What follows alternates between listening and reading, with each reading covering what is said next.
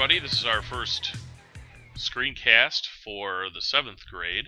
Today we're going to be talking about the composition of gases in the Earth's atmosphere. And on this video, you need to take notes where the yellow stars are seen, just like we have done in class, and be prepared to discuss those notes, bring any questions that you have, and also I really would appreciate some feedback back at class about this webcast, what we can do to improve them and make them more useful to you. All right, so let's get started.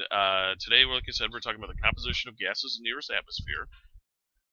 And just to start, we need to have a definition of the gases in the atmosphere themselves. As you can see here, the atmosphere is just a mixture of gases. Air is not just one gas. If you go to the periodic table, you're not going to see a air element. It's a whole bunch of different gases. And if you were to grab a piece of air here and you compare it to a piece of gas here, it's going to be a little bit different. There's going to be a little bit different composition here than there is over here. Sometimes in certain areas there'll be different gases and near certain areas, and I'm sure you've experienced that in your own life where you're finding different odors and things like that in different areas. That's because the gas is different. The composition of the air is different in that area.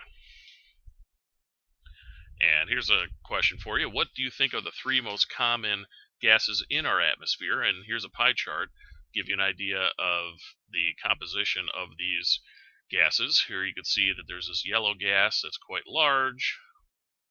Then the second most gas is quite a bit smaller, and then the third most common gas is significantly smaller from that. That yellow is 78%. What gas is that? Well, pause this if you want to think about it. If not, just go ahead and take a look at the answer on this next slide. It is nitrogen. And here you see nitrogen is abbreviated N2, and that's because nitrogen is a diatomic molecule, and we'll get just sitting here all by itself. What's going to happen is it's going to end up bonding with another nitrogen atom, and that's why nitrogen is abbreviated as N2.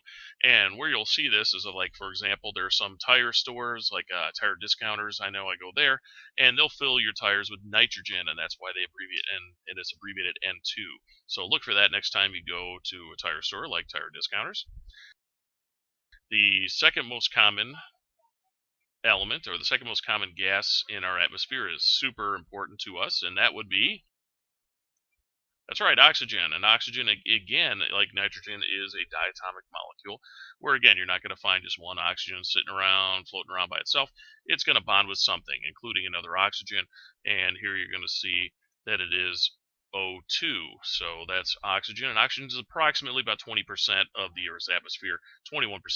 If you remember, nitrogen is close to 80 and oxygen is close to 20, you're pretty much good to go, because that is significantly the largest proportion of the Earth's atmosphere completely. And then our final, third most common gas is going to range from 0% to 4%, and we're talking about water vapor, and water vapor can be a gas. That's what it means by vapor.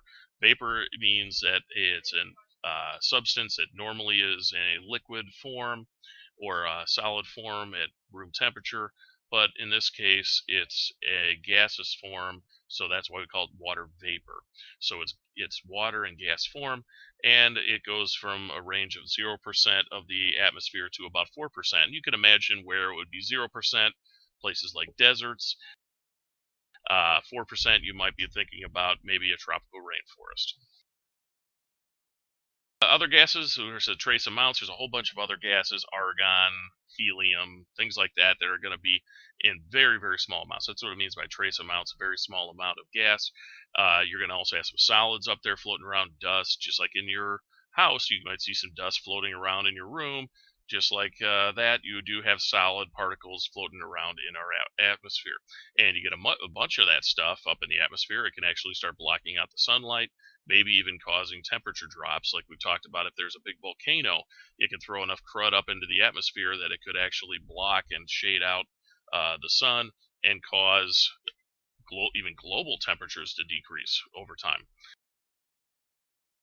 That brings us to something what's called smog. What that is that's going to be a combination of smoke and fog. So smog is going to be like if you're ever near a big factory, or sometimes in big cities, the air is going to be real hazy and polluted.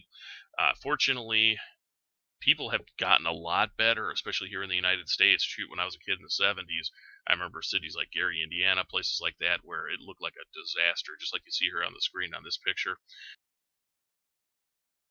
And a lot of smoke and fog and smog. It was very bad. Los Angeles was very well known for having very bad smog, especially due to their large amount of automobiles.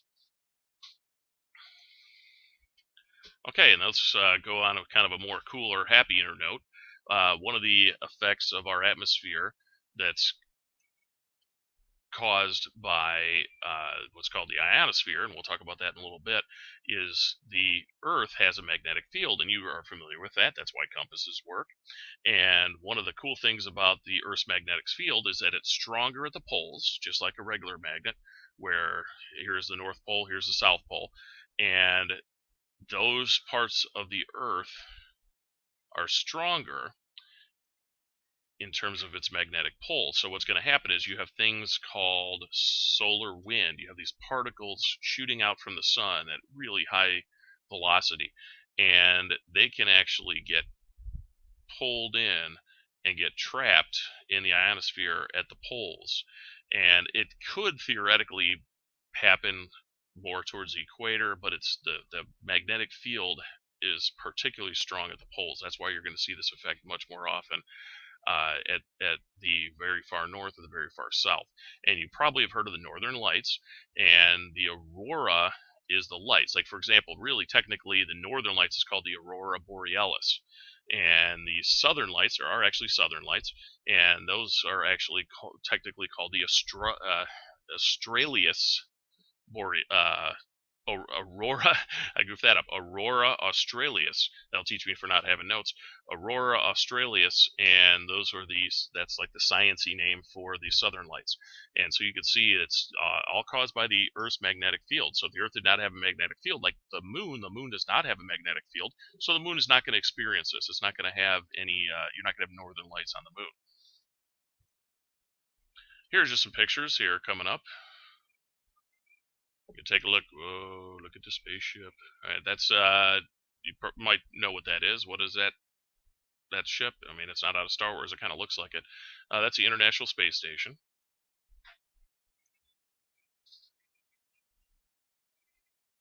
I'll just take a look at some of these photos. They're pretty cool.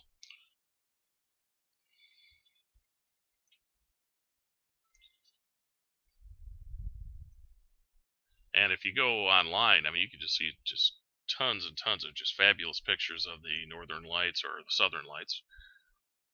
If you type in Aurora Borealis or Borealis, Northern Lights, I think that one's really neat. It's neat to see the person silhouetted there on the hill.